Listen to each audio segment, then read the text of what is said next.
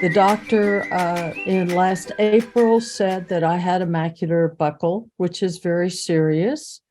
And I did the ClearSight Method. I think that was group number 5. And about the end of that, let's see, January, I went to my eye doctor, and he came back truly surprised and said, I don't see any evidence of a macular buckle. And I told him a little bit about what I was doing, and he was interested. And he said, would you come back? So I came back and I saw him this last Tuesday, and he said, it still looks good.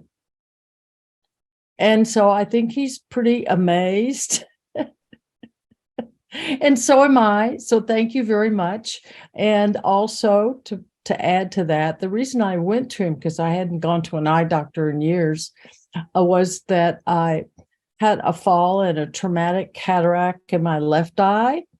And he said, that's clearing up too.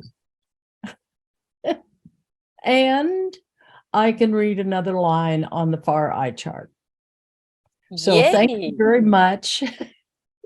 I can really see improvement.